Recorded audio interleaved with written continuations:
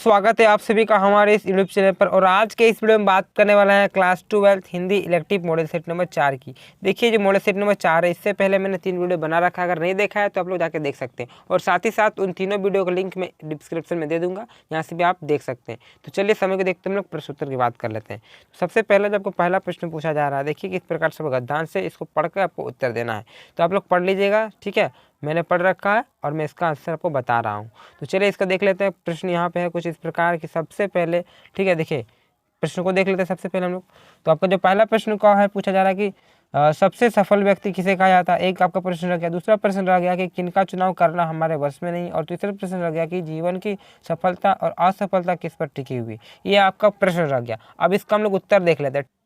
तो चलिए देख लेते हैं आपका एक का आंसर। तो आपका एक का जो क का आंसर है, देखिए इस प्रकार है कि सबसे सफल व्यक्ति वह है जो काम करने या ना करने का चुनाव, ठीक है, आलस्य, परिश्रम और अच्छी बुरी संगति का चुनाव करता है। यानी कि सबसे सफल व्यक्ति वही है जो अपना परिश्रम या तो फिर अच्छे या बुरे संगति के साथ रहना, इस प्रकार से चुनाव करता है कि मुझे किसके साथ रहना है, अच्छे के साथ रहना है या बुरे के साथ रहना है, ठीक है, मुझे काम किस प्रकार से करना है। जो मतलब इस सारे का चुनाव करता है वही सफल व्यक्ति होता है। एक आपका प्रश्न क्लियर हो गया। अब बात कर लेते दूसरा नंबर का। तो देखिए दूसरा आंसर हो जाता है कि माता पिता, देश काल, जन्म मृत्यु का चुनाव करना हमारे बस में नहीं है। देखिए वो सारे के सारे, जैसे कि परिश्रम हो गया, बुरी संगतियाँ होंगी, इसका मैं चुनाव करने का मुझ पर जो किसी एक व्यक्ति पर होता है, ठीक है, चुनाव कर सकता है। लेकिन अब हो जाता है माता पिता, देश काल, जन्म मृत्यु, इसका चुनाव करना किसी के वश में नहीं है। इस भी आपका क्लियर हो जाता है दूसरा आंसर। अब देख लेते तीसरा प्रश्न को। तो इसका भी आंसर दिया हुआ है कि हमारे आचरण, कर्म विचार, कर्मशैली और भाषा स्तर, इन्हीं बातों पर हमारे जीवन की सफलता और संभावनाएं टिकी हुई है, ठीक है। जो हमारे जो किस प्रकार से आचरण हो, कर्म विचार हो, कर्म शैली हो, भाषा स्तर हो, इसी पर हमारी सफलता और हमारी असफलता टिकी हुई है। यहाँ होता है एक नंबर आपको क्लियर। अब देख लेते हैं दूसरा प्रश्न।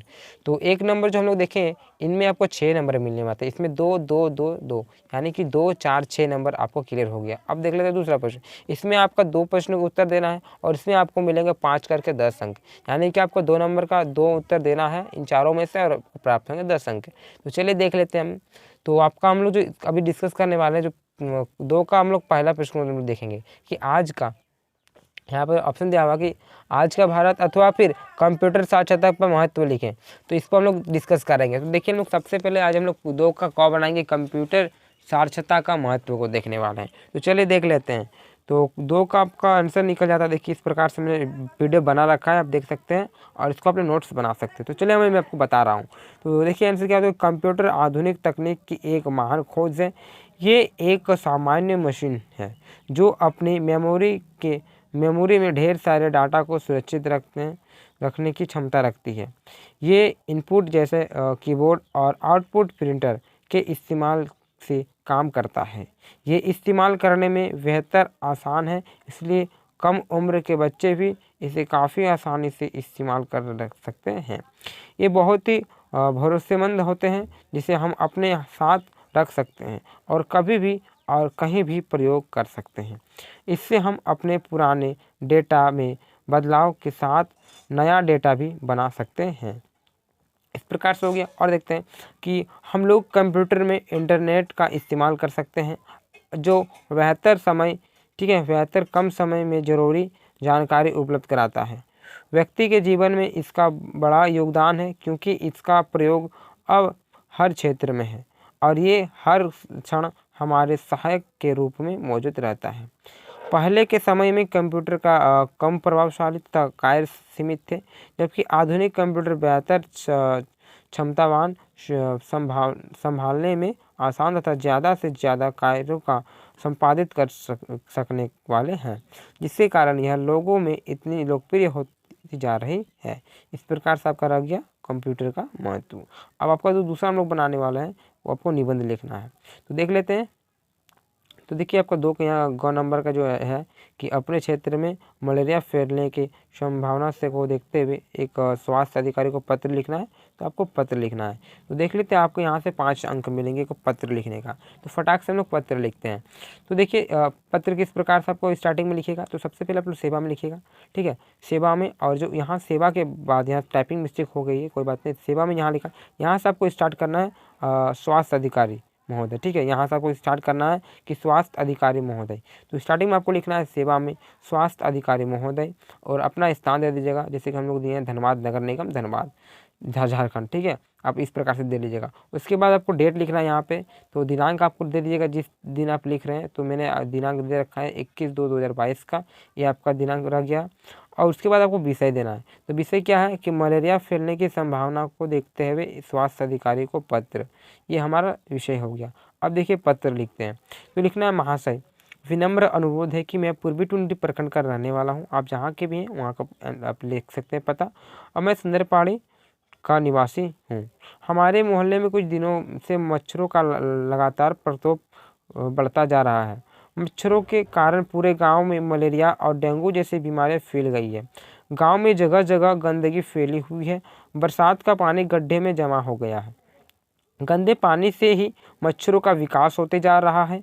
मच्छरों के प्रकोप से पूरी गांव परेशान है। इस प्रकार से आपका अपनी समस्या को लिखना है। आपका जो भी समस्या है वो आप लोग लिखिएगा। ठीक है, तो आपका जो भी रहेगा आप लोग लिख दीजिएगा।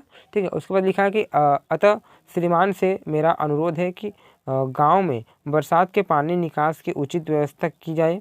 गांव में फैली गंदगी की सफाई करवाए जाए और समय समय पे क्या होगा कि समय समय पर मच्छर मारने वाली दवाइयों का भी छिड़काव करवाएं। इस प्रकार से आपको जो भी सुविधा चाहिए उसको आप लोग लिख दीजिए। क्या समस्याएं अपने शब्दों में लिखिए और अच्छा रहेगा। ठीक है, उसके बाद लिख दीजिएगा आप इस प्रकार से सजा के कि उसको देखिए रिस्पेक्ट दीजिए और अच्छे से लिखिएगा। फिर लिखिएगा कि मुझे आशा है कि आप हमारी समस्या का समाधान हेतु उचित कदम उठाएंगे। ठीक है, इस प्रकार से आपको लिखना है। उसके बाद लिख देना है भवदीय और उसके बाद अपना नाम पता जो भी देना है दे सकते हैं। तो इस प्रकार से हमारा दूसरा नंबर भी क्लियर हो जाता है। आप देख लेते हैं तीसरा प्रश्न को।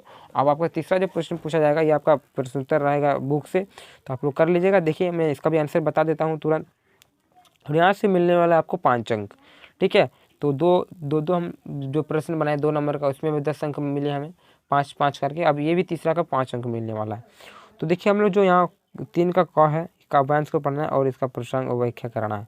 तो देख लेते इसका व्याख्या करते हैं। क्या पूछा जा रहा है कि आंसर है आपको कि राधो एक बार फिरो आओ ए वरवाजी विलेकी अपने बहुरो बनही सिखाओ जे पै प्याई पेखी कर पंकज बार बार चुचकारे।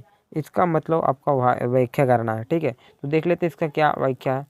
तो देखिए तुलसीदास जी लिखते हैं कि ठीक है, जो तुलसीदास जी हैं वो लिखते हैं हे राघव तुम एक बार तो अवश्य लौट आओ यहाँ अपने इस श्रेष्ठ घोड़ों को देखकर फिर वन में चले जाना जिन्हें तुमने दूध पिलाकर अपने ही कर कमलों से पुष्ट कर बारंबार पुचकारा चुमा था।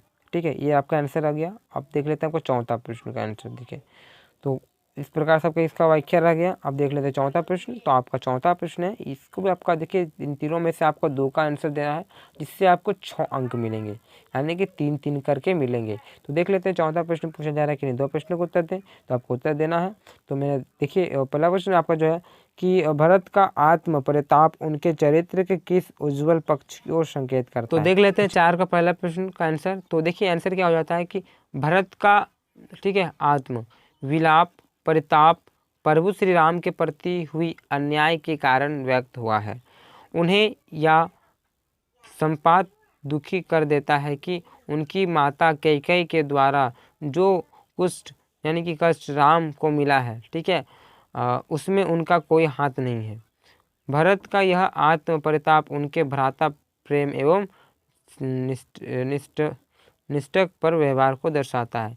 यानी कि जो भी ये बताएंगे कि प्रभु श्री राम को जो कई माँ द्वारा जो कष्ट मिला है उन पर इनका भरत का कोई हाथ नहीं है।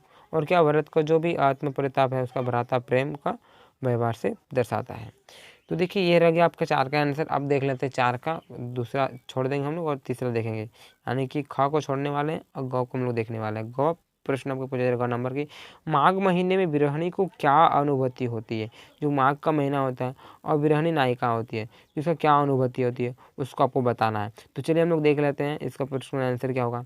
तो देख लेते हैं आंसर क्या होगा। देखिए माघ मास क्या होता है कि माघ मास शरद ऋतु का सर्वाधिक कपा देने वाला महीना होता है। जो माघ मास होता है वो सर्वाधिक कपा देने वाला महीना होता है और इस समय सर्दी अपनी चरम सीमा पर होती है। सर्दी की अधिकता के कारण पाला भी पड़ने लगता है। गृहिणी नायिका को माघ मास में विरह की मार झेलनी मृत्यु काल से लगता है। देखिए क्या होता है कि जो गृहिणी है उनका जो विरह छोड़ के चला जाता है, तो इसको जो छोड़ के जाने के बाद उसे क्या लगता है, माघ मास इस तरह काटने लगता है, मृत्यु काल के समय लगता है। जब ये काट रही है महीना को तो मृत्यु काल के समय लगता है। नायिका को अनुभव होता है कि पति के बिना यह सर्दी से छुटकारा नहीं पा सकती है। दूसरी ओर नायिका को काम भाव भी सताने लगता है और दूसरी ओर क्या होता है कि उसका जो घर का काम होता है वो काम भाव भी उसे सताने लगता है। नायिका सर्दी की रातों में पति मिलन के लिए तड़प उठती है और माघ मास में वर्षा आने से नायिका के कपड़े गीले हो जाते हैं। फिर क्या होता है कि यह गीले कपड़े उसके शरीर में बांध की तरह बींधने से प्रतीत होते हैं। वियोग में दुखी रहने के कारण उसे रेशमी वस्त्र पहनना नहीं भाता है। वियोग में यानी कि जो इसे छोड़ के चले जाते हैं, इसका वियोग में उन्हें क्या होता है, अच्छे अच्छे कपड़े पहनना, ठीक है, अच्छे अच्छे वस्त्र पहनना अच्छा नहीं लगता है, यानी कि उसे नहीं भाता है। फिर क्या होता है, वह साल श्रृंगार भी नहीं कर सकती है। ठीक है, जो श्रृंगार होती है एक स्त्री की, वो श्रृंगार भी उसे अच्छा नहीं लगता, अच्छे अच्छे वस्त्र पहनने भी उसे अच्छा नहीं लगता है। ठीक है, इसका क्यों होता है, उस वियोग से, ठीक है, पति वियोग से। विरह की नायिका सूखकर तिनके की तरह हो गई और अब विरह का दुख राग बनकर उड़ा देना चाहता है। अब ये क्या कहती है, जो नायिका है वो बोलती है कि मैं जल के राख हो जाऊंगा और विरह के मतलब उड़ना चाहता हूँ, राग बन के मैं उड़ना चाहता हूँ और पति के जैसे चरणों में चला जाऊँ। ठीक है, इस बहाने कम से कम मेरे पति का तो संपर्क तो होगा। ये आपका कंप्लीटली आंसर रह गया। ठीक है, इस प्रकार से आपका प्रश्न खत्म होता है 4। अब देख ले पांचवा प्रश्न देख लेते हैं। ठीक है, तो देखिए आपका पांचवा प्रश्न पूछा जा रहा है, लेकिन ये 2 प्रश्नों को उत्तर दें। तो आपका इसमें भी पाँच में भी जानते हैं, इन जो 3 प्रश्न दिए 1 2 3, इसमें भी आपको 2 प्रश्नों का उत्तर देना है। ठीक है, तो देख लेते हैं क्या प्रश्न है और क्या आंसर देना है आपको। तो देखिए आपका जो पहला प्रश्न पूछा जा रहा है कि आंखें बंद रखने और आंखें खोल कर देखने से क्या परिणाम निकलेंगे। तो इसको देख लेते हैं, इसका जो आंसर हो जाता है। तो देख लीजिए कि राजा ने अपने राज्य को, ठीक है, जो राजा थे, ठीक है, राजा ने अपने राज्य को स्वर्ण बनाने का झांसा देकर लोगों को अपनी आंखें बंद कर लेने का हुक्म दिया था। एक दिन खैराती, रामू और छिद्दू, देखिए ये तीनों थे ना, तो खैराती, रामू और छिद्दू ने अपनी आंखें खोलकर देखना चाहा कि उनका राज स्वर्ग हो रहा, मतलब राज स्वर्ग हो गया है अथवा नहीं। तो उन्हें अपने सामने राजा को पाया वे एक दूसरे को ना देख सके। क्या हुआ कि इस कहानी में क्या होता है, एक राजा रहते थे, हुआ करते थे, और राजा बोले कि सभी अपने आँख बंद कर लो। ठीक है, आँख बंद कर लो, कान में मतलब कान सुनना नहीं है, कान में अपने क्या बोलते हैं ये डलवा लो, कांच गलवा के। इस प्रकार से आपको बहुत सारा वहाँ बताए थे कहानी में। तो बोला कि आपको विकास होने वाला है, किसी को देखना नहीं है, सुनना नहीं है, बोलना भी नहीं है।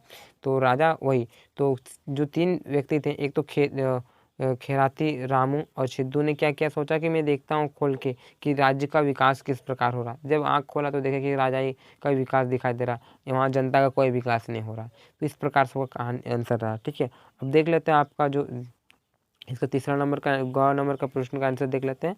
तो देखिए आपका जो प्रश्न रहा कि मनसा देवी जाने के लिए, ठीक है, केबिल कार में बैठे हुए संभव के मन में जो कल्पनाएं उठ रही थी उसका वर्णन कीजिए। जो केबिल कार में बैठे थे संभव, ठीक है, और मनसा देवी मंदिर जा रहे थे, तो उसका मन में क्या कल्पना हो रही थी उसका यहाँ व्यक्त करना है। तो देख लेते हैं आंसर हम लोग फटाक से। देखिए जो मनसा देवी है, ठीक है, तो मनसा देवी जाने के लिए केबिल कार में बैठे हुए संभव के मन में नीचे कतारबद्ध लिखे फूलों को देखकर कल्पना जगी कि वह रंग बिरंगी वादियों में से किसी डिंडोले पर बैठा हुआ उड़ रहा है। यानी कि देखिए जो मनसा देवी जा रहा था, क्या हुआ कि इसमें क्या होता था कि एक होता था आपका एक व्यक्ति था, ठीक है, जिसका नाम था संभव, और ये यूपीएससी का तैयारी करता था, यानी कि सिविल सेवा वगैरह का तैयारी करता था। और अपने वहाँ मामा के यहाँ गया था वो, तो वहाँ से वो मंदिर की ओर जाता है, तो एक लड़की होती है जिसका नाम होता है पारो, उससे मुलाकात होती है। दूसरे दिन ये केबल कार में बैठते हुए मनसा देवी की यात्रा करते हैं। तो उस समय इसका उसी को रिलेटेड लेके कुछ सोचते था, यही बात आपका आंसर हुआ। ठीक है, अब देख लेते हैं, आपका 5 तो क्लियर हो गया। ठीक है, अब देख लेते हैं छठा प्रश्न का आंसर क्या होगा। तो आपका छठा जो प्रश्न है तो वो पूछा जा रहा है कि जो प्रभास है, ठीक है, प्रभास जोशी अथवा मलिक मोहम्मद जायसी की किन्हीं 2 रचनाओं का नाम लिखें। यानी कि प्रभास जोशी और मलिक मोहम्मद जायसी की किन्हीं 2 रचनाओं का नाम लिखना है, ये रह गया आपका। तो देखिए आंसर देख लेते हैं। जो मलिक मोहम्मद जायसी है इनका देख लेते हैं। तो मलिक मोहम्मद जायसी की 2 रचनाएं, एक तो पद्मावत हो जाएगा और आखिरी कलाम हो जाएगा। 2 आपका रह गया, 2 रचनाएं, एक तो पद्मावत और आखिरी कलाम। छठा क्लियर। सातवां आप देख लेते हैं। तो आपका सातवां प्रश्न पूछा जा रहा है कि हमारे आज के इंजीनियर ऐसा क्यों समझते हैं कि वे पानी का प्रबंधन जानते हैं और पहले ज़माने के लोग कुछ नहीं जानते थे। तो ये आपको बताना है आंसर कि अब आज के जो इंजीनियर हैं अपने आप को बहुत ज़्यादा स्मार्ट समझते हैं और समझते हैं कि हमारे जो अभी के समय में जो पानी का प्रबंधन यानी कि जल का जो बचाव का तरीका है वो हम ही लोग जानते हैं, पहले का आदमी जानते नहीं थे। तो देख लेते हैं इसका आंसर क्या होगा। एकदम से गलत बोल रहे हैं वो। तो देख लेते हैं इसका आंसर में किस प्रकार से बताया गया है। तो देखिए आज के इंजीनियर जो हैं, तो आज के इंजीनियर अपनी कारीगरी में प्रवीण होने के कारण ऐसा समझते हैं कि वह पानी का प्रबंधन अच्छी तरह जानते हैं। वह मानते हैं कि पहले के लोग अधिक शिक्षित ना होने के कारण पानी का प्रबंधन करना नहीं जानते थे। उनका मानना था कि ज्ञान तो पश्चिम के निरेशा के बाद ही आया था।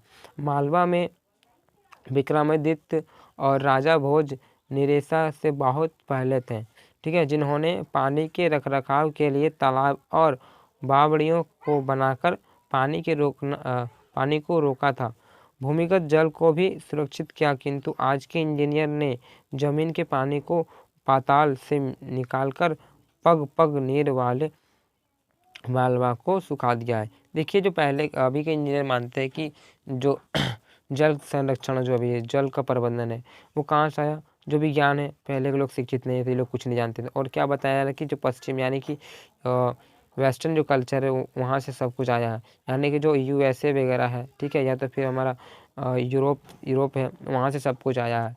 तो देखिए ऐसा नहीं है, हमारे यहाँ भी कई राजा हुआ करते थे जिनको बहुत कुछ पता था। और हमारे यहाँ देखिए हो गया विक्रमादित्य हो गया, राजा भोज हो गया, इस प्रकार से और कई राजा थे जिन्होंने पानी को बचाना जानते थे, पानी को बचाए भी है। ठीक है, कई प्रकार के भूमिगत जल टैंक भी बनाए थे। इस प्रकार से आपका रह गया आंसर। ठीक है, अब देख लेते हैं 8वां प्रश्न और आज का अंतिम प्रश्न। और 8वां प्रश्न देख लेते हैं कि बिस्कोहर की माटी, ठीक है, बिस्कोहर की माटी शीर्षक पाठ के लेखक के किन्हीं फूल और फलों की चर्चा कीजिए।